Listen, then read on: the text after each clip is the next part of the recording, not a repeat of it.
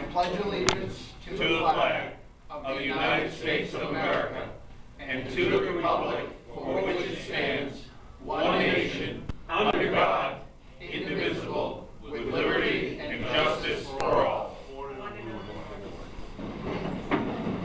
Now, I don't know if everybody knows, but the way that I got involved in politics is because of science fiction. I'm not exactly sure everybody understands that. But when I was a boy, there was a science fiction author named Robert Heinlein, and he wrote a lot of books.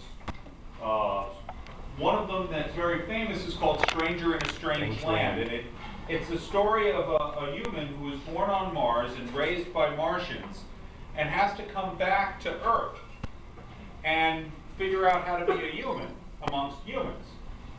Now, he introduces to the Earth people a word called Grok. Grok is a Martian word that means understand in a complete and total way. When you grok something, you completely embrace it. You understand it with every fiber of who you are, the core of your being. Now, you guys also know, because I tell you this every time we have one of these meetings, that the future is owned by the new media. The future is owned by people like our own Chris Mayer, people like Iron Mike Farquhar and Rabid Republican, people who are out there making their own contribution to the media. We are blessed to have with us Skip from Granite Grok. Granite for New Hampshire, Grok for completely embrace and understand. If you want to know what's going on in politics in New Hampshire, you've got to be reading Granite Grok. So I know you got the little bookmarks on the table, but let's get them on up here. Come on.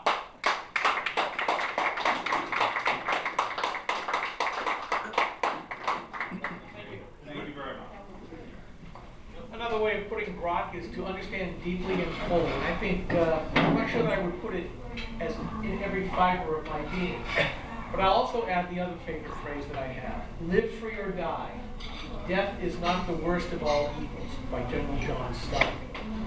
We opened up our doors in 2006 with the idea that maybe 5 people a week would read us other than our family, and we weren't sure about our family either. Since then, my co-founder has left the blog, but I am blessed with 10 or so writers that on an occasion or more than occasional basis will write for us. And we've become, as the next speaker says, a thorn in the side of a lot of people. We opine from the idea of New Hampshire, the U.S. Constitution, and the NHGOP platform, which is rather conservative, as well as from a Judeo-Christian background. So we'll take anything on. And I will tell you that most of the NHGOP establishment hates us. They're always saying, well, why aren't you picking on the Democrats? And I'm going, because you're acting worse, and here's your own standards and platform. But that's probably a topic for another time. First in the nation primary. It is a big responsibility. And I grew up in Brockton, Mass.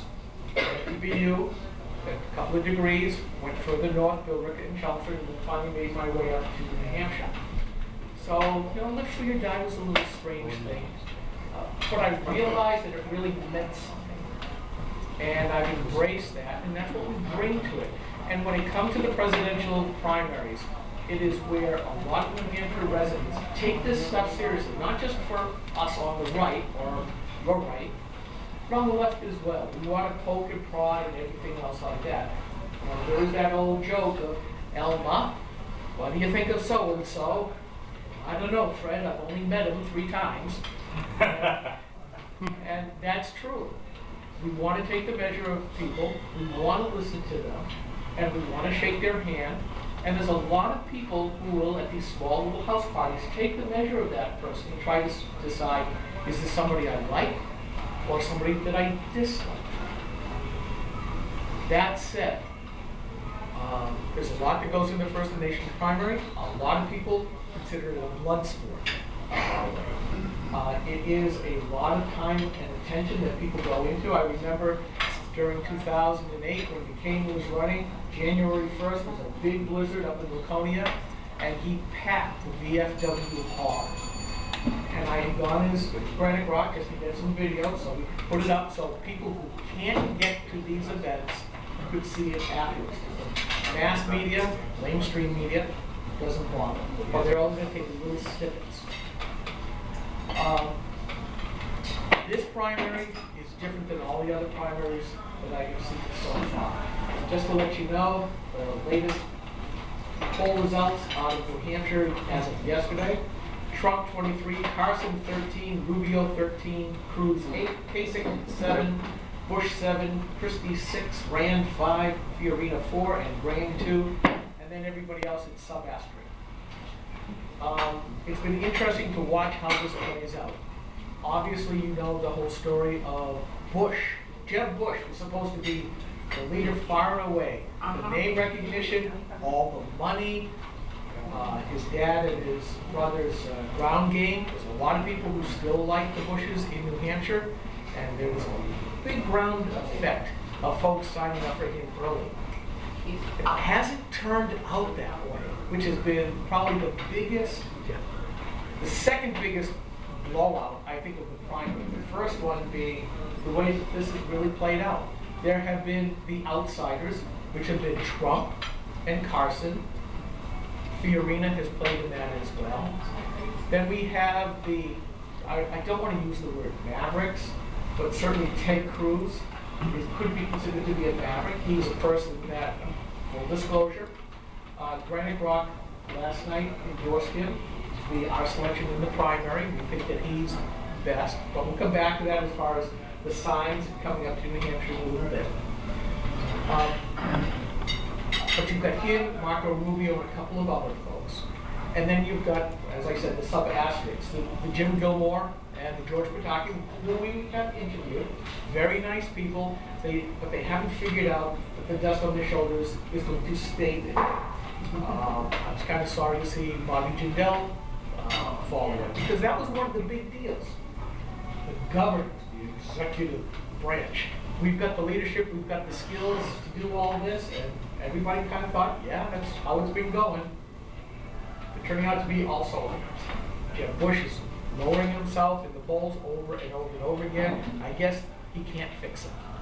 Bravo. It is what it is. But as you all know, and especially here last night, I watched it on cspan.org, was the Trump rally. Amazing number of people. And I'll tell you, that's really the biggest blowout change in this primary that I have seen. Because when I've gone to the events in New Hampshire, not that I've been to a lot, but I've been to a few, it's a different kind of person that shows up to these events. Some of you were talking earlier that you went to the event and just watching it. And I think, Chris, you had the best call of the time, where you said everybody was having fun. Everybody enjoyed themselves. It was absolutely amazing. Yes. In New Hampshire, it's a small place. I know probably all of the activists on the right, if not by name, at least by face. The left, as I know a lot of people on the left. And I know who shows up to these events. It's always the same face. You go here, it's the same crowd, the same crowd, the same crowd. You go to the Trump event, it's all different. Now, I think it's great. You can endorse Trump. But I think the biggest thing that he's bringing out, by his use of earned media, by his lack of political correctness, which I think is a plus. Oh, yes. He has been able to change the tenor of the whole primary. He has been able to work outside of the reach and the control of the establishment, be it down at DC, the RNC, or even in New Hampshire. Illegal immigration, political correctness. And I think the thing that has brought these people in the most has been we can make America great again. I think over the last 8 years, I think most everybody in this room and the people that I deal with, by the way, I'm a co-founding member of the New Hampshire Tea Party Coalition. We left that organization a while ago. I am a steering committee member of the 603 Alliance, who also endorsed Ted Cruz in the first in the nation primary, first caucus back a month or so ago. All of these people are different. The faces are unknown, but it's the same enthusiasm.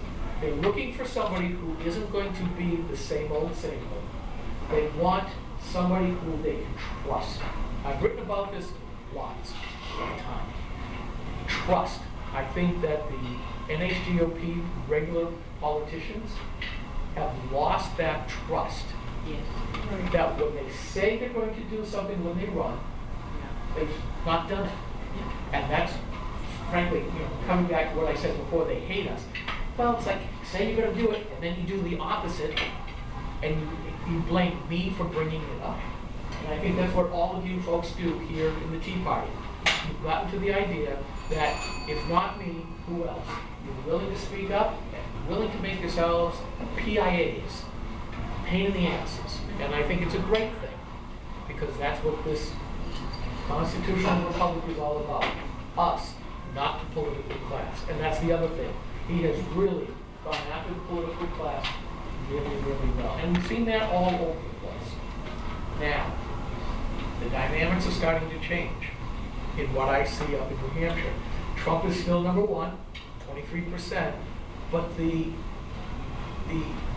gaps between the candidates is starting to coalesce. You're seeing the folks like a Jim Gilmore. You just saw, or George Pataki, Bobby Jindal just left. There's going to be a few others that are going to be leaving very soon. I think Jeb Bush, if he doesn't pull up his poll numbers pretty soon, he's going to lose his donors, and his organization is so big, it will be that liability. And the question is when will it happen? Okay, if he doesn't pull in Iowa, I think it's toast. Not even the Sununu family in New Hampshire decided to back him. Anybody familiar when I say the Sununu family? Yeah, right. Okay, yeah, you should. Right. Good to see you again. Good to see you again too. They are really the political dynasty in New Hampshire. John H. Sununu, former governor, chief of staff to George Bush I, came over in disgrace because he decided to use government jet craft to his own personal pleasure. Yeah, that went over well. His son, John E., was a senator.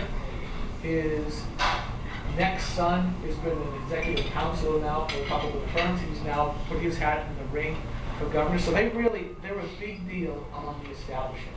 Very smart people, all MIT people, but they, no doubt about it, they are there. I mean, they helped me come up with this phrase. Winning is only a precursor.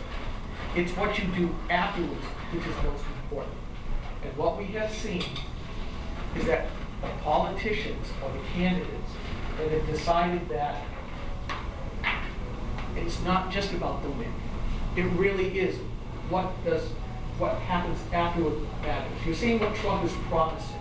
You're seeing what Ted Cruz is doing. Marco Rubio to a somewhat lesser degree. People are saying, we're tired of just the win. I and the rest of you are not bad Republicans just because you're not interested in just the win. For us, it's not the win. What are they going to do with the win? And I think the message is being lost on the establishments. They're not getting it at all. So this topsy-turvy stuff is going to continue to happen. I don't know just before the primary happens, which is in 12 weeks, how these levels are going, or the strata are going to shake out.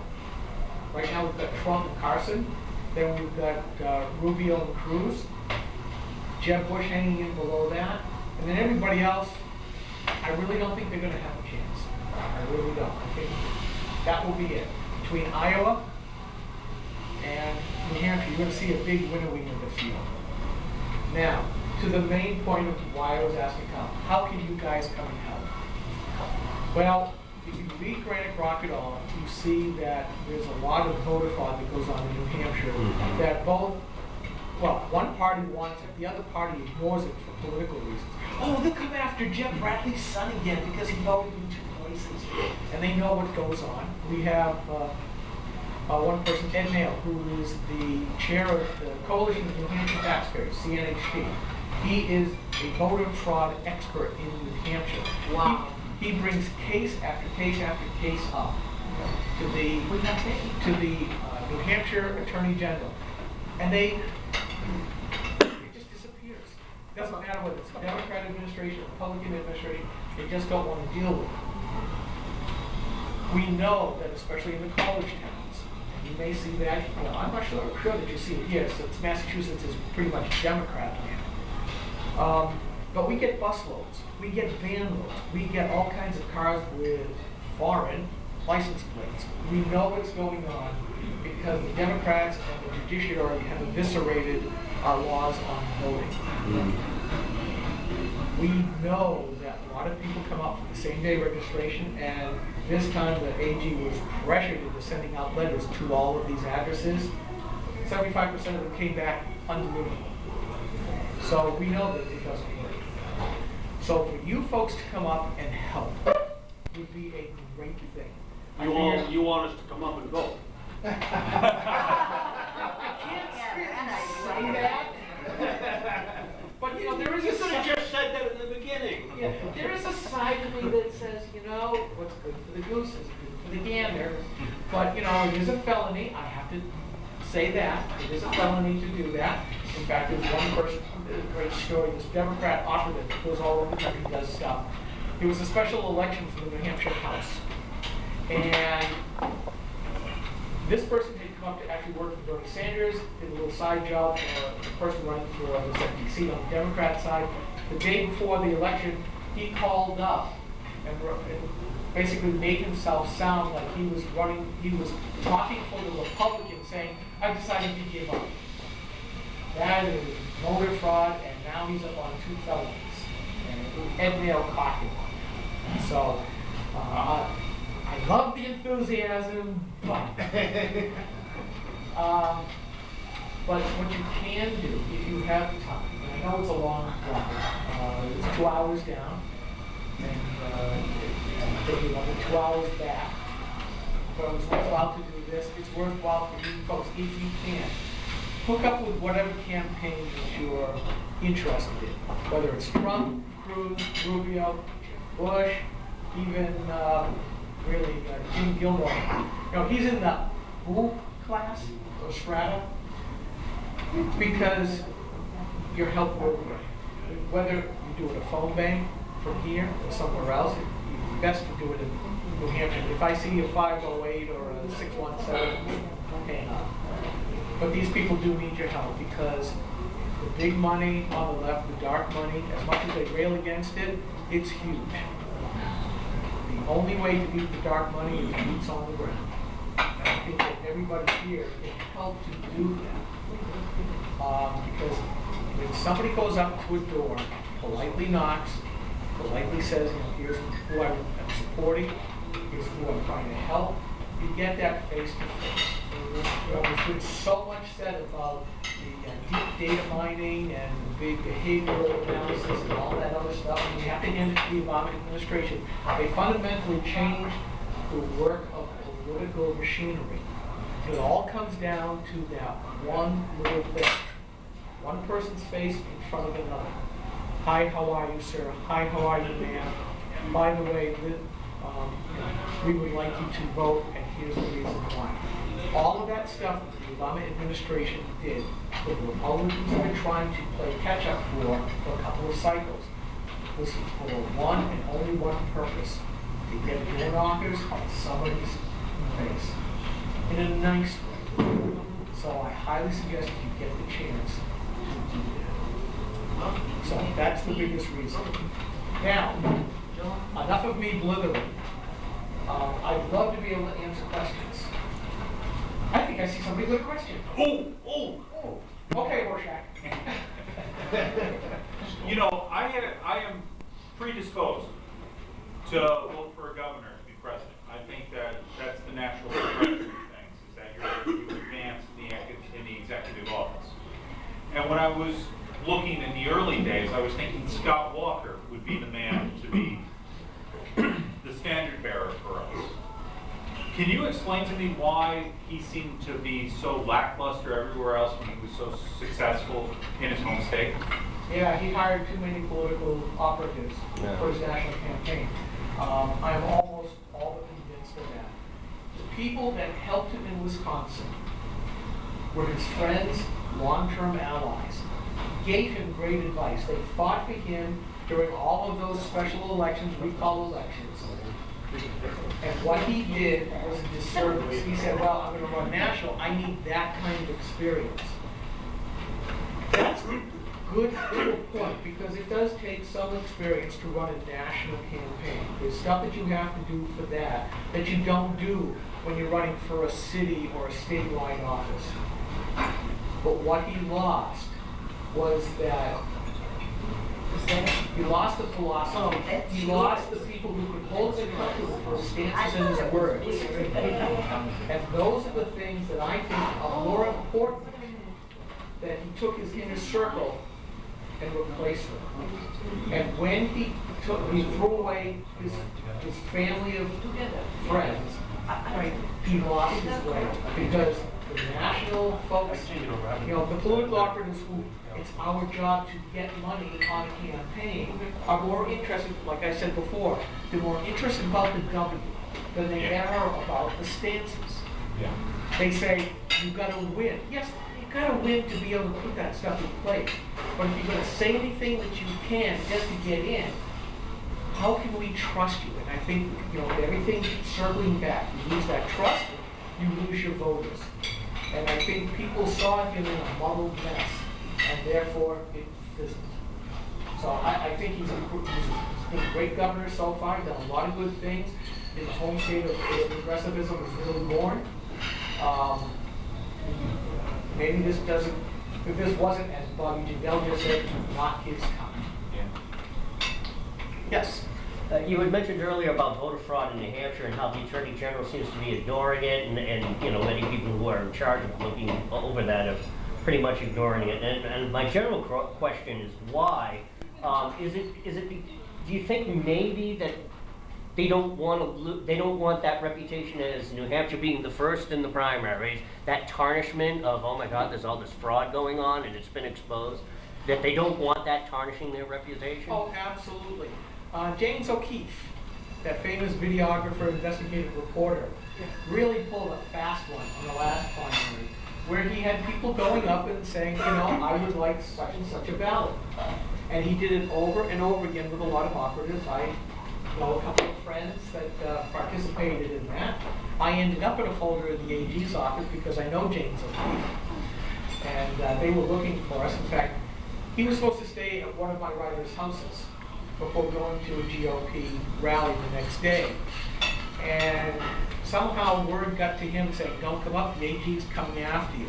Well, one of the AG's people showed up at my friend's house. And unfortunately, he dropped the folder. Inside the folder was my picture. I believe you're right. I'm going to say a little bit of heresy here. First in the nation primary, New Hampshire does it right. The people of New Hampshire know that they've taken it on as a responsibility that they need to do it correctly. But at the same time, I think it's a big elephant in the room where everybody in politics, at least with the NHGOP, their eye goes to that. And a lot of them are looking to grab that brass ring to say, how do I get out of here? Well, join a national campaign, and maybe if they win, I get to go to the big show. And it distorts the politics in New Hampshire every 4 years, regardless of whether there's a Republican sitting president or not.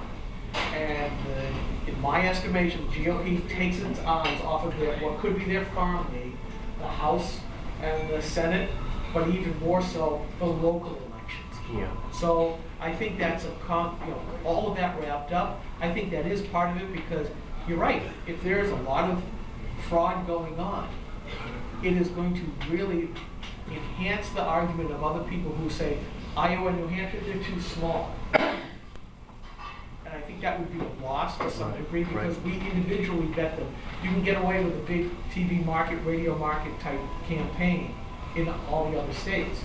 So much for the lowly people who are just trying to make it. So, does that answer your question? Excellent. Yes, sir. Yes, sir. I don't know if you have a pulse on the Democratic side, but if the tourist from Moscow does reasonably well in Iowa, Do you think he has a chance in New Hampshire? There are a lot of people in New Hampshire. I'm not as certain about it. I think the polls came out with her being ahead, her being Hillary. But there is how do I want to put this without screwing it up? In New Hampshire, there's a very large libertarian group of folks. I like them a lot. I don't always agree, but I will always listen to them and talk with them. I'm a Republican who actually likes libertarians. As I say all the time, I'm conservative with libertarian leanings, and the more I go into our history, the more libertarian leanings I get. Because I realize where we started from as a country and where we've ended up, and it's not looking nice. But the Ron Paul folks in the two previous cycles were rabid Ron Paul folks. I'm seeing the same, not quite as much as intensity, but if you're a Bernie guy or gal, you're a Bernie guy or gal.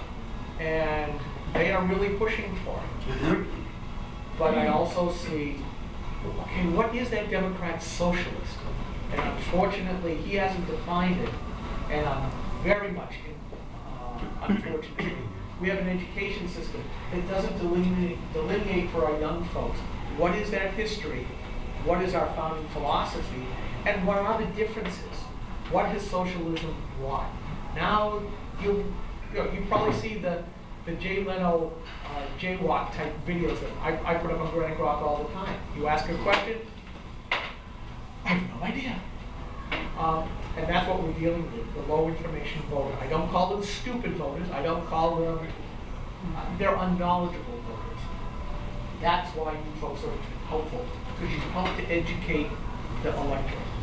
So, with that said, if Bernie was to do something really well in Iowa, and the latest polls in Iowa is Hillary's really doing bad, I think most of the Republicans are now beating her double digits. If Bernie can pull basically a Peanut Carter type jump out of that in New Hampshire, he could have a good shot at it, because the uber left of the party that is pulling the rest of the Democrats real left, they want him. And you're seeing that trust, I think, on the Democrat side of Hillary. There's always going to be people, Hillary, doesn't matter what's going on, whether it's emails or the Clinton Foundation or whatever it happens to be. That's my person. But she could, I'm not sure that she'd lose the nomination, but she's certainly going to have a squeaker in some of these races. I think she'll still get the nomination because she's sold out a lot of the super delegates on the Democrat Party side. You, and then I'll come back. Question, the voter chicanery that goes on. Yep. Is that also present in the primary process? I'm just curious, because if they're trying to maybe, they come out for Jeff. No, they're not going to come out for Jeff. Unfortunately, I think that New Hampshire has the problem of it being an open primary. So if I unenroll, as we call it, and become an independent, when it comes time to go to the primary, I just go up to my supervisor with the checklist in my little hamlet, and I ask for what are the ballots. And I can enroll in whichever party that I want, and I can take that ballot and I can go ahead and do that. Now, I can also, people in my hamlet know me. I've been on the budget committee. People recognize me, so I used to try. Okay, my name's Doug Lambert, my friend, and I keep getting looks at. Stop it. So, in some degree, that works. That the smallness of New Hampshire, but when you've got floods of people, what was it? Not this past election, the last presidential election, 2012, we had almost 10% same-day registrations. That's a big number, actually. Exactly. So I talked about the buses and the vans and the cars. Yeah. And the Democrats fight this, strengthening our voting laws. And I grow weary of hearing all the time, oh, you're trying to suppress the vote. No, I want people to vote. I don't care if you vote for a Republican or a Democrat. I do want you to vote. I just want to make sure that you're eligible to vote. But the Democrats won't accept that. But yes, I think there's a big play in New Hampshire because of that, and I think you're gonna see it again because it's an open primary and an open seat for the Oval Office. Did I answer? Yep. Okay, yes ma'am. If Hillary wins the nomination for the Democratic Party, do you think that Bernie will run as an independent? No. No. No, Admitted socialist. I don't think so. There's a lot of young people that think he's the greatest thing that ever happened. Well, I don't know whether he'll turn into a Ralph Nader. Who's worse for us, They- Bernie or Hillary? You know, I think Bernie's at least honest about what he believes in. Now, I haven't heard an awful lot of details. I haven't gone work on it. I haven't heard a lot of details of just the regular news. And he's still yet to define what he means by Democrat socialist. Isn't it like National Socialist, really? Well, he keeps pointing to Denmark and Sweden, and I keep hearing that Denmark and Sweden are actually going more to the U.S. bloc. They're trying to tell, basically, they're telling us, you know, if you read Breitbart or some of the other folks who have the big bucks to do this kind of stuff, I hear back from Sweden and Denmark and saying, no, he's not right about who we are. And so we'll see. It'd be great if he did. All he has, you know, depending on who the Republican nominee is, and if they can do, as Ronald Reagan said, and as Ted Cruz says, bold primary colors of differences. You know, don't be the person that says, I can manage big government better than the Democrats, like Jeb Bush is. You know, I can fix it. I don't want you to fix it. I want you to get rid of it. I want you to put it in a burlap bag, tie it with a rope, and throw it in the bathtub. I'm not an anarchist. I'm a believer in limited government, very limited government, because as the founders knew, a limited government said would give us the highest level of individual liberty and freedom, which is paramount to me. So no, I don't think I can't answer the Hillary question directly because it really depends on who votes. I will tell you that if the Republicans put up somebody like they did President McCain, President Dole, all of those folks, a lot of folks like you are going to go, I'm sitting down. I mean, I've already said that in this, might as well do it here, senatorial race. Kelly Ayotte made lots of promises during her campaign. I've got it on video, and she's done exactly the opposite. Yeah. I have said, I will not vote for her. I will not vote for Matthew Hassan, who is the Democrat, our governor right now, who's going to run to take her seat. But I will not vote for Kelly Ayotte. And that's because if she's not going to, she's taken that most important part and only concentrating on the win. Not happening. Yes, sir. As Republicans, we have to stop eating our young. And what I mean by that is because on the Democrats, it doesn't matter if they have to go in and hold their nose, the vote, they will give them that vote. Mitt Romney should have won, but there are too many Republicans that stay at home. A lot of Republicans stayed home. A big part of the evangelical vote stayed home. Yeah. But I think Here's the it's deal. time. I'm no longer going to vote for somebody with an R next to their name just because they had an R next to their name. Was Mitt Romney a nice guy? Yes.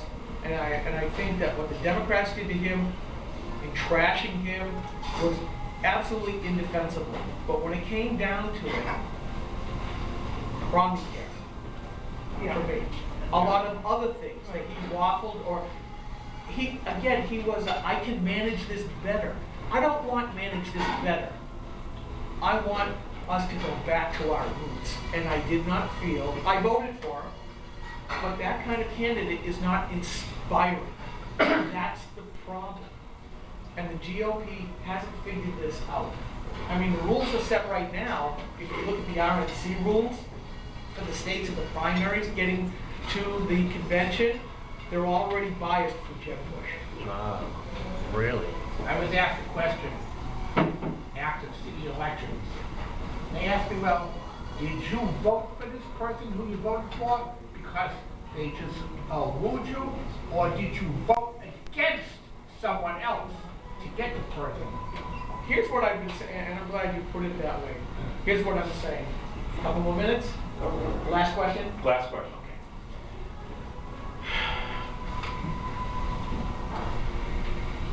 We have been seeing a time where our citizenship has been devalued. It used to be the most valuable thing in the world. And now I look at what our political class has done to the value of our citizenship, where basically anything that was due to a citizen is being given away to illegal immigrants. That people who have not earned things are getting things. We are seen as the wallets, not much more than that. One of the last things that we have is our vote.